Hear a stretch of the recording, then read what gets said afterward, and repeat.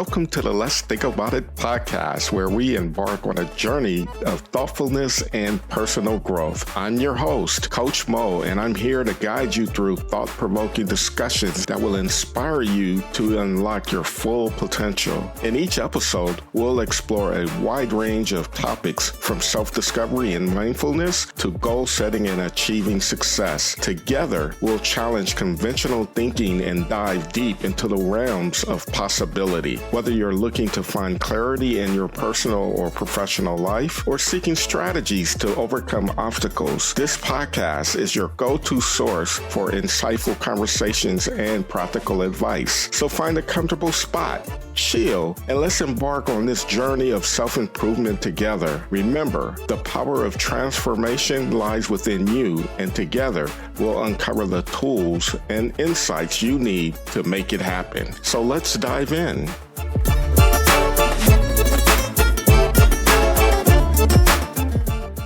Welcome to another episode of the Let's Think About It podcast. I'm your host, Coach Mo, and I'm here with my co-host, S.W.A.G.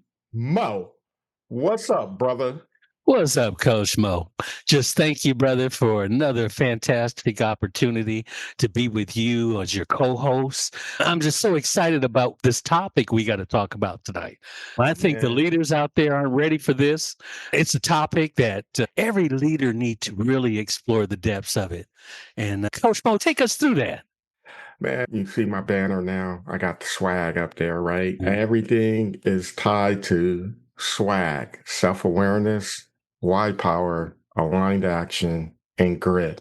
And today, the topic that we're going to tap into is difficulty leading self under pressure. And as we dive into this topic, I'm going to remind people that I do have a swag cheat sheet. And as much as I talk about swag, self-awareness, why power, aligned action, and grit, I offer a cheat sheet so that you can use that as reference to dial into swag. And so with that being said, man, what are your thoughts around the difficulty in leading self under pressure? What comes up for you in this topic? When I think about it, Mo, automatically I think about great leaders often possess remarkable abilities to motivate, right?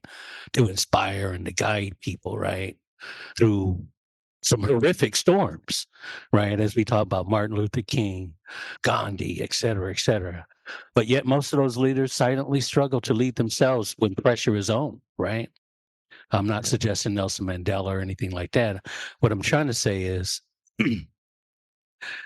they hold their teams together, but privately they feel fragmented, which usually reveals a leader's deepest challenges, leading to sustain their inner sanctuary while carrying external responsibilities, right? What happens when the leaders are great at leading others, but collapse privately under pressure? And I think that's what we're talking about. And how do you deal with those difficult issues? Yeah. When I think of the word leadership, it comes back to what we're talking about, leading self first. I'm going to get rid of the titles. And I know we have a lot of high achievers, high performers, managers, supervisors that taps into the show, and I'm really appreciative of that. But it's really about leading self first, from my viewpoint. And we carry this expectation, particularly when you're a high achiever, high performer. You were raised through your leadership acumen. You came up a certain way. And so you created this vision of what that looks like for yourself. Most high performers do. They have just a way of doing things, right? But it gets hard and harder the more you promote up and grow in your family, your communities, all of these different things, all aspects. And the challenge becomes in these pivotal moments where you got to make critical decisions and the pressure's on, how do you lead self? And what's the narrative of your thought process? How are you viewed within self? Is it the negative verbiage talk that you are constantly whispering, that punk ass ignorant critic is whispering to Mm. keep you small and keep you hesitant in making these decisions in those moments? What is that narrative that's happening in between our ears in those moments of decisions, regardless of the circumstance? And that is the battle. That's the battle. Because if you're viewing yourself through the lens of the cosigner, that punk ass inner critic, right? That's right. He's going to keep you small. He's going That's to keep you correct. small. He's going to keep you small and keep you playing it safe and keep you very with this worrisome type feeling, or that you can't slow down, you have to push through, whatever that narrative is. But the true question around all of this is, what is that? What's that story? What's the narrative of yourself that you tell to yourself in these moments of making decisions? And that's what I would like to explore when we talk about leading self under pressure.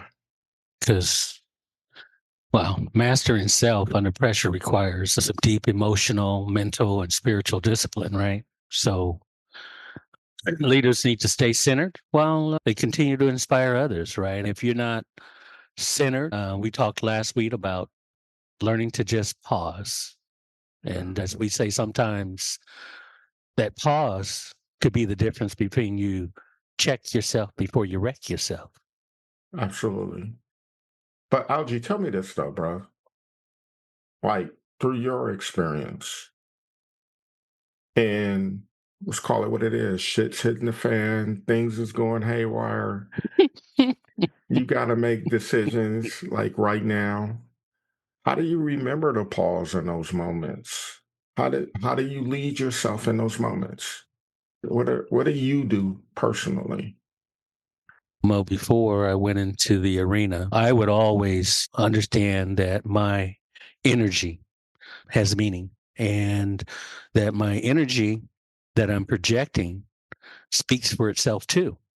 Right. Mm. So for me, I always have to pause because I've been in those situations where I just reacted. Right. And in those moments, I lost a little trust.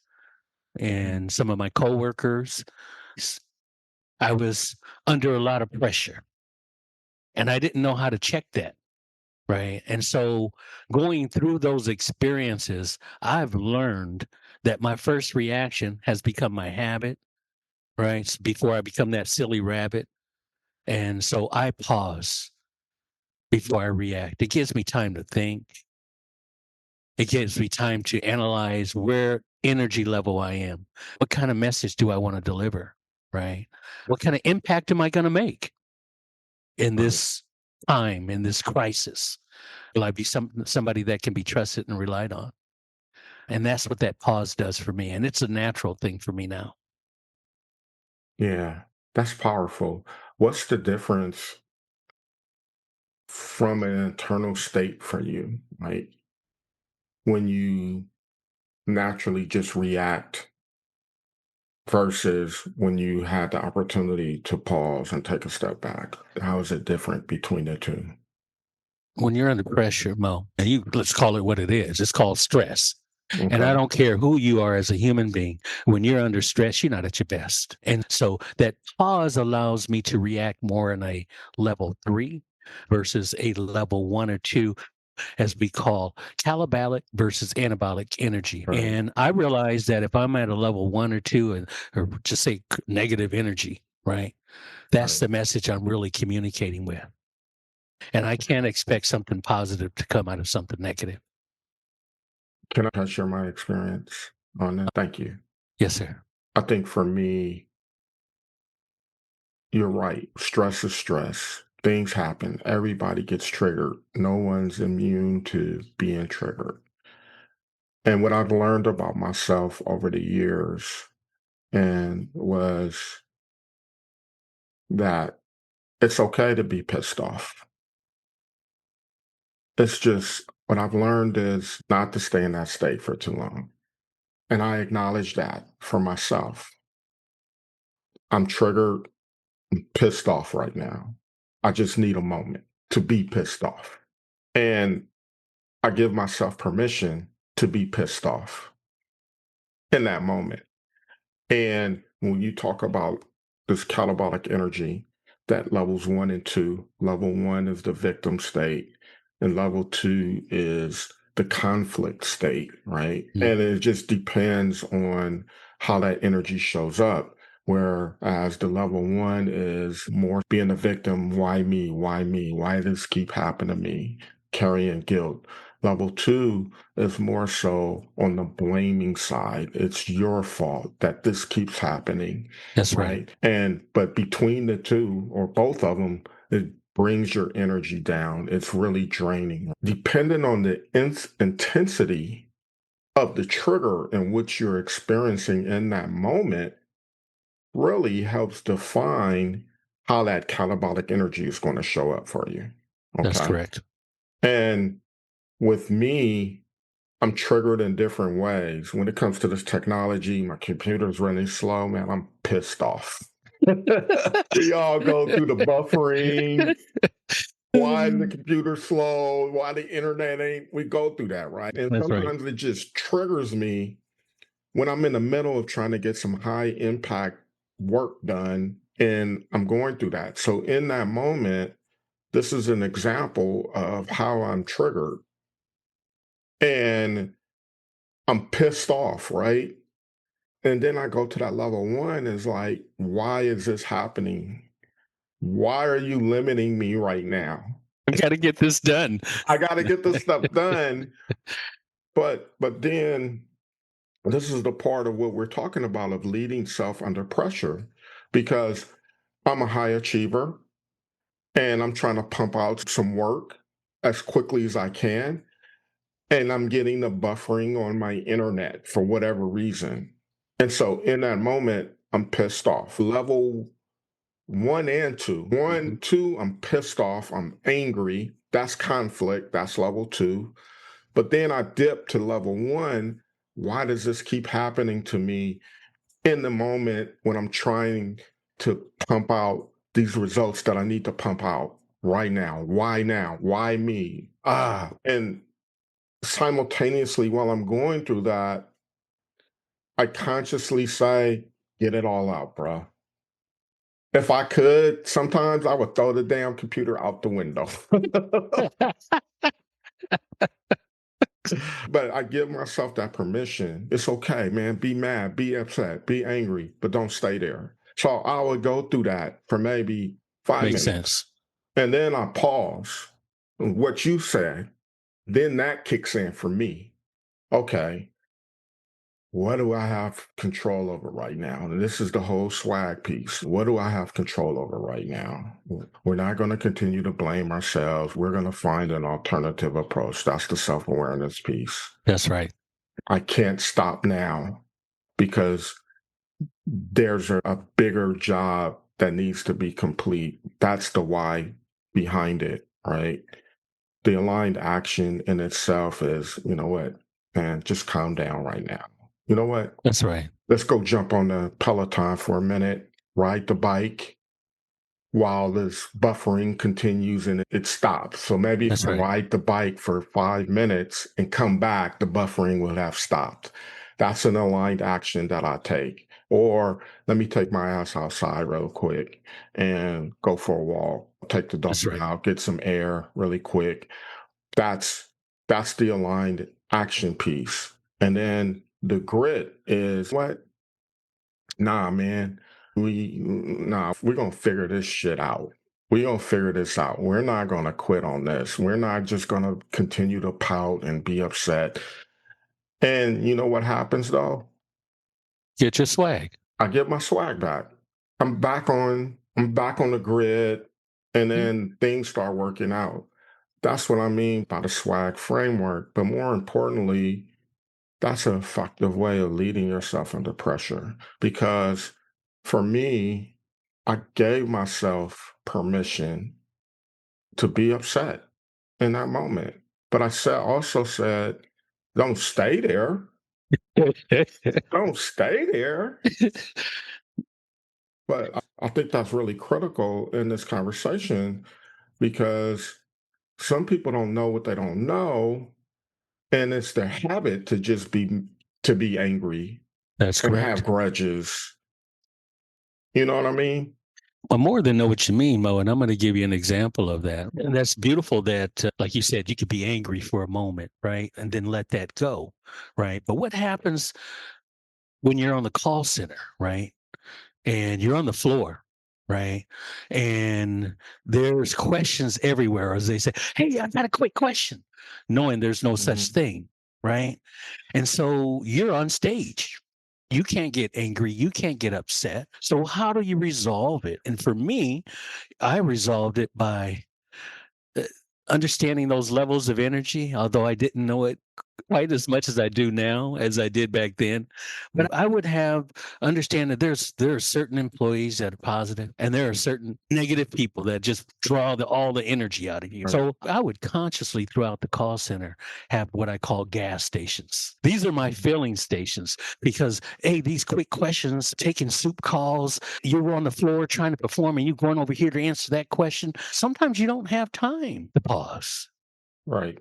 because you're being monitored and watched and you're a leader. And in those moments, like I said, I kept my energy up by I knew there was some positivity. I'd go over here and talk to Susie and crack a little joke and we'd laugh. And I've got the next one. Oh, you got a quick question? I'm right here wanting. So it kept my energy at a certain level, understanding where I can get recharged. Yeah. Yeah. That's powerful, actually, bro. And energy, or I would say enthusiasm, I think they go hand in hand together. But it's one of my values, particularly in the workplace and centered around coaching, because that enthusiasm drives my energy. That's So I love that. And I also want to add that when you can effectively practice the swag concept framework and you're in those pressure moments, like you were just describing, like on the right. floor and you're a leader and you don't have time to pause, Self awareness. there's always time to pause, bruh. It's called mental pause. What? Come on, wait a minute. You're going to have to back that one up. Tell me again. Come on, wait a minute. You can't just slip that in. Come on.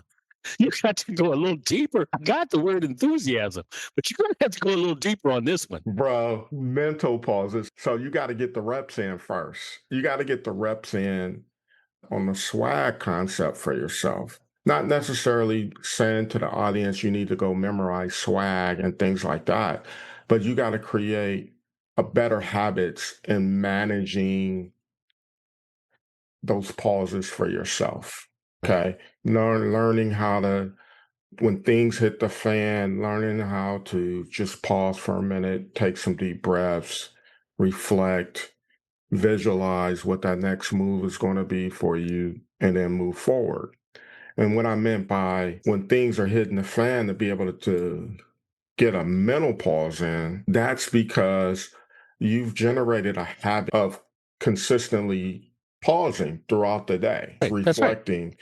And with that habit, while there's chaos happening, you can still mentally pause in the midst of the chaos, in the midst of conversations that's That's right. happening, in the midst of different asks that are happening and demands that are requested upon you in those moments because you've been repping up, getting those reps in, and that's what we train for in the inner arena. Get those mental reps in on how do you lead under pressure.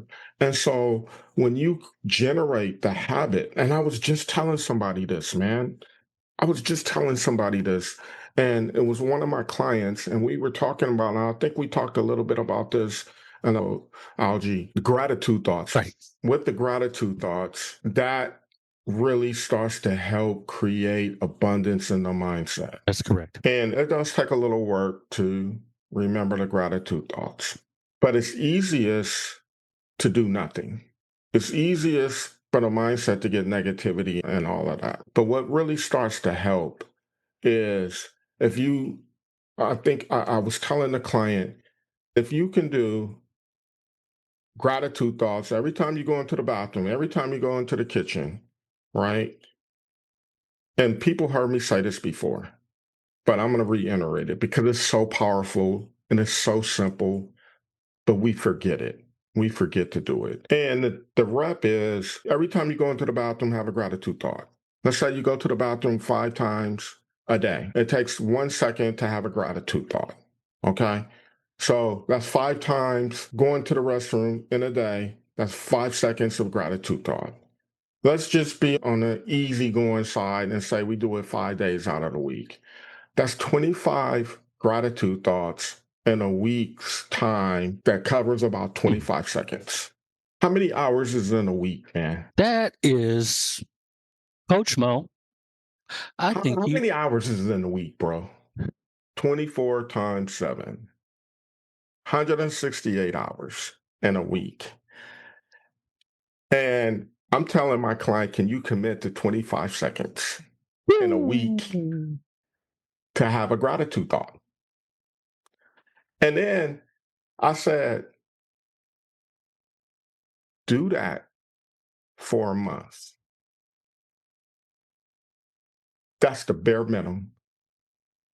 5 seconds a day, 5 days a week for 1 month. Okay. And then tell me how you feel after that. It's so much power in that, bro. People underestimate the power of gratitude. And the feedback that I've received of my clients doing this, oh, for some reason, the stuff that was bothering me is just not bothering me as much anymore. That's right. It's That's it's right. it's just disappearing a little bit. That's right. And I was like, why do you think that is? I think it has something to do with those gratitude thoughts. And then here's the other powerful thing about it, because this is the reps that I'm talking about. These are the reps that I'm talking about. By day 2 or day 3, you're going to forget, right? You're going to forget. Then you're going to remember that you forgot. That's right. And when you remember that you forgot, guess what you do? You have a gratitude thought in that moment to make up for the last 2 times you missed in the back going to the bathroom. That's right. But that's the habit that you want. That's the habit that you want. And so now with the gratitude thought, right, you're naturally starting to feel better. You're naturally feeling better Right. about That's right. yourself just That's right. because of the gratitude. You got a lot of That's right. stuff coming at you. Now you're incorporating, Right. putting consciousness around it a little bit more. People And around you are smiling. it's just start to create better habits for you, right? Because let's not forget that punk ass inner critic is still around, That's right. and he's going to continue to try to talk you out of it. That's right. And that's the power that we start to gain from ourselves. And you're feeling better, bro. And That's it's a habit, right? It's a habit. And so when these pressure situations happen, the habit kicks kicks in. in. Automatic response. And that automatic response may not necessarily be, I need to have a gratitude thought. Let me pause. That's right. Just a minute. But you know what it also reveals to me, Mo, and I appreciate you providing that, because as leaders is, man, when you pause like that and you consciously do that, right? Wonder if you were able to build recovery rituals. Same like that. Wonder if you were to treat rest and restoration as leadership responsibilities, right? And that you I'm going to carve in my calendar at least maybe once a week that I'm going to ride my bike because I like that idea. I'm going to carve in my calendar. I'm going to build recovery rituals and I'm going to practice that so that way I'm recovering and I'll be at my best at all times. And how powerful is that, though? Whew. It's very, if you let peace become your power and your purpose. Yeah. Let me say this, Mo. What I've learned is that the greatest leaders don't avoid storms. They Right. learn to master their selves in order to be it forward. And I'm gonna take it to athletics. Let's go hoop. And you say the greatest leaders master selves, right? On the NBA court, let's go there. High pressure moments, game 7, down to 20 seconds left. You Mm. on the free throw line with a chance to tie the ball game. Pressure, the pressure zone. What do these players at the free throw line do? What do they do? They step up to the plate and they eat fear for this opportunity. They've been practicing all their lives for this moment. It's Right. moment time. And they're ready for this because that's a lot of pressure, Mo. What are they doing in that pressure at the line? Self-awareness. They have to get a little bit of a swag. Character is revealed at that moment. When I think about you're talking about being on the court, the thing that comes to my mind is Michael Jordan, Okay. right? And how he shot that free throw with his eyes closed and said, "Welcome to the NBA." He Right. showed him what he does in pressure. I eat it like breakfast Right. because he's had rep after rep and he's aware he has his swag. Absolutely, bro. But I'm gonna go even simpler than that. They pause. They take a deep breath. They'll breathe again. They visualize the ball going in the basket. Swish. Game Tiger over. on the golf course. Same thing. He's about to hit the drive. He pauses. He takes it. He looks and where he's going to hit the ball. He takes a breath, steps up to the tee, gathers himself, visualize how and where that ball is going to go. All athletes do it, the best.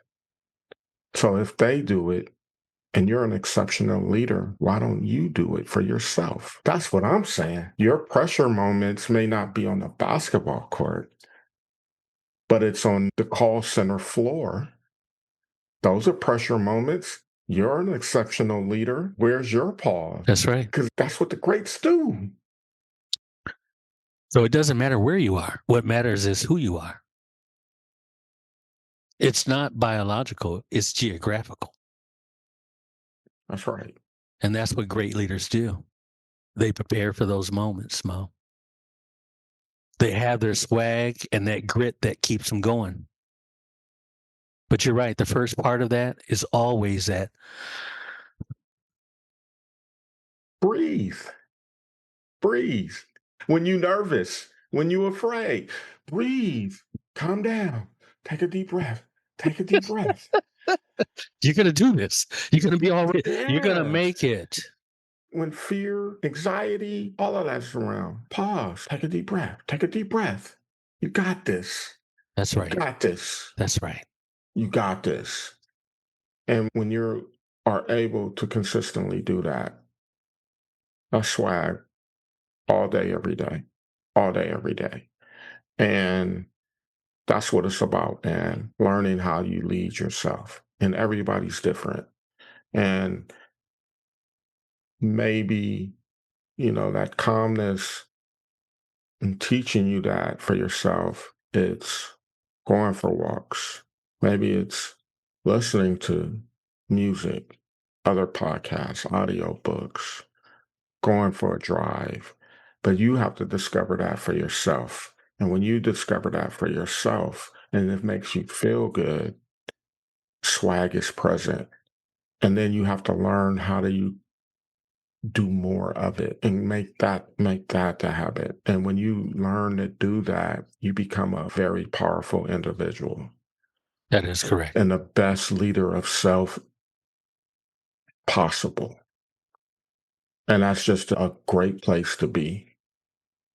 That's correct. And the beauty of it is when you have that swag, Mo, it doesn't matter where you are, whether you're at job, whether you're at home, whether you're in the grocery store, that moment to pause is always there. And self-awareness is the key. Absolutely. And you be it forward. Imagine that. Once you get your swag and once you understand all of the self-awareness, then the bottom line is how do you be it forward? How do you consistently understand how to pause? Just breathe. I appreciate you, brother. This was a good talk, man. Likewise, brother. Till next time. So when pressure hits, thank you for that kind reminder, Mo. You know, that having swag is the best way to go about and being the best that you could possibly be and understanding that all you have to do is pause. Just that simple. That's it. There's so much power in that. And it comes back to, like we talked about today, leading self under pressure. And when you can pause, reflect, visualize, breathe, you put yourself back in a good place. Have a good one, brother. Thank you. Thank you for joining me in this episode of Let's Think About It. Your time and attention are greatly appreciated. If you found value in today's discussion, I encourage you to subscribe on your favorite podcast platform. Remember, the journey of self-improvement is ongoing, and I'm here to support you every step of the way. Connect with me on social media for updates and insights. You can find me on Instagram and Facebook at Coach Mo Coaching or LinkedIn at Maurice Mabry. Or visit my website at mauricemabry.com for exclusive content. Until next time, keep reflecting, keep growing, and most importantly, keep believing in yourself. Remember, the most effective way to do it is to do it. Together, we're making incredible strides toward a better and more empowered you. So thank you, and I'll see you in our next episode.